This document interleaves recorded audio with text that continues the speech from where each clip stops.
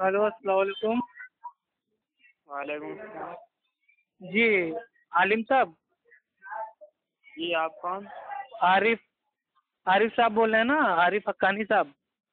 جی ہاں بھائی، میں افو خان بول رہا ہوں، آپ کا چھوٹا دینی بھائی. جی بولیے.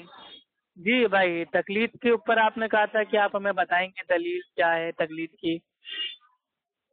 ہاں تو اس میں واٹس ایپ میں چلا نہیں رہا ہوں. ٹھیک ہے.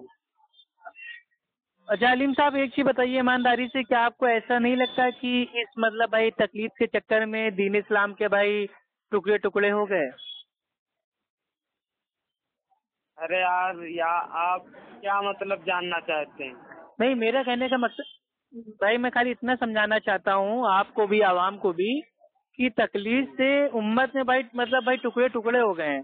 ٹھیک ہے، فرقے بازی ہو گئی ہے. کوئی کہتا ہے حنفی، کوئی کہتا ہے ملکی، کوئی کہتا ہے شافعی، کوئی کہتا ہے حنبلی. مطلب کیا ہے یہ دین؟ بھائی ہمارا دین ایک، اللہ ایک، اللہ کے نبی ایک، کلمہ ایک، کعبہ ایک. تو مطلب ارے یہ یار آپ کو مطلب بہت ہی مختصر انداز سے سمجھانا پڑے گا. آپ کی ایسے سمجھ میں نہیں آئے گا کیونکہ آپ غیر مقلد ہیں. آپ کی نہیں، غیر مقلد تو امام ابو حنیفہ رحمہ اللہ تھے. اشرف علی تھانوی صاحب نے اپنی قلم سے لکھا ہے. ٹھیک ہے، تو اس لیے نہیں، آپ مطلب غیر مقلدوں کی بھائی تقلید کرتے ہیں اور غیر مقلدوں کو گالیاں دیتے ہیں، ایسا مطلب کیا حساب کتاب ہے آپ کا؟ کیا کہہ رہے ہیں؟ آپ خود ایک غیر مقلد کی بھائی تقلید کرتے ہیں اور غیر مقلدوں کو گالیاں دیتے ہیں، ایسا کیوں بھائی؟ یہ تو دوگلا پن ہو گیا نا. کیا آپ کہہ رہے ہیں؟ بھائی میں یہ کہنا چاہتا ہوں کہ بھائی مولانا اشرف علی تھانوی صاحب نے اپنی قلم سے لکھا ہے کہ امام ابو حنیفہ رحمہ اللہ غیر مقلد تھے. تو آپ خود ایک غیر مقلد کے بھائی تقلید کر رہے ہیں اور دوسرے مطلب بھائی وہ غیر مقلدوں کو الٹا سیدھا بولتے ہیں، ایسا کیوں؟ ارے یار تم جو کہہ رہے ہو نا، جی جی، اس کی حقیقت سے آپ واقف نہیں ہو. پہلے ہاں آپ تو حقیقت بتائیے نا آپ عالم صاحب.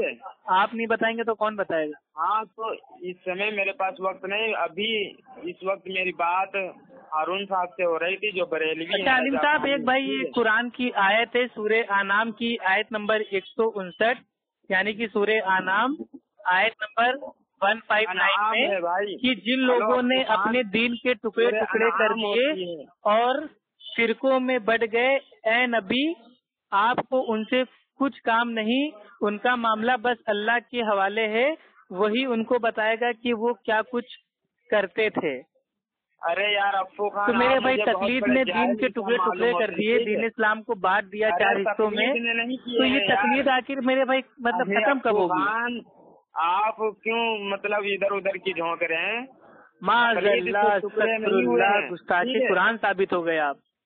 میں آپ کو قرآن کی آیت پڑھ رہا ہوں، اس کا معنی سمجھا رہا ہوں، آپ کو حوالہ دے رہا ہوں سورہ انعام آیت نمبر 159. جو تقلید جن لوگوں نے اپنے دین کے ٹکڑے ٹکڑے کر دیے اور فرقوں میں بٹ گئے، اے نبی آپ کہہ دو کہ آپ کو ان سے کوئی کام نہیں، ان کا معاملہ تو بس اللہ کے حوالے ہے اور اللہ ہی ان کو بتائے گا کہ وہ کیا کچھ کر کے آئے ہیں. اور آپ کہہ رہے ہیں کہ یہ آپ کہاں کی بات بتا رہے ہو؟ ادھر ادھر بھاگ رہے ہو. آپ سے انشاءاللہ میں بھائی تقلید آپ کب چھوڑیں گے عالم صاحب، یہ بتا دیجیے. ٹھیک ہے، کیا کہہ رہے ہیں بھائی تقلید آپ کب چھوڑیں گے؟ تقلید نے تو بھائی دین کے ٹکڑے ٹکڑے کر دیے ہیں. ارے جناب افو خان، تقلید نے نہیں ٹکڑے کیے ہیں، یہ تمہاری بھول ہے، غیر مقلدوں کی بھول ہے. کیوں میرے بھائی حنفی کہتا ہے کہ ہم بھائی حنفی ہیں، شافعی کہتا ہے ہم شافعی ہیں، ملکی کہتا ہے ہم ملکی ہیں، حنبلی کہتا ہے ہم حنبلی ہیں. تو یہ کیا ہے بھائی؟ حنفی شافعی نہیں بن سکتا، شافعی بھائی وہ حنفی نہیں بن سکتا. یہ سب کیا دوگلا پن ہے بھائی؟ دوگلا پن نہیں ہے، تمہارا دوگلا پن ہے یار. یہ آپ لوگوں کا دوگلا پن ہے. ہمارا دین تو خالص ہے، ہمارے دین میں یہ حنفی ملکی شافعی حنبلی تھا نہیں. اللہ کے نبی اور پیارے صحابہ کیا تھے؟ کیا وہ حنفی تھے، شافعی تھے، ملکی تھے، حنبلی تھے؟ کیا تھے وہ متبع سنت تھے، اہل حدیث تھے، اہل سنت والجماعت تھے. ارے افو خان آپ پاگل ہو گئے ہیں کیا؟ آپ بھائی پاگل تو جو تقلید کرتا ہے وہ ہوتا ہے نا، ہم تو اتباع کرتے ہیں میرے بھائی. آپ بالکل علم سے یتیم ہیں.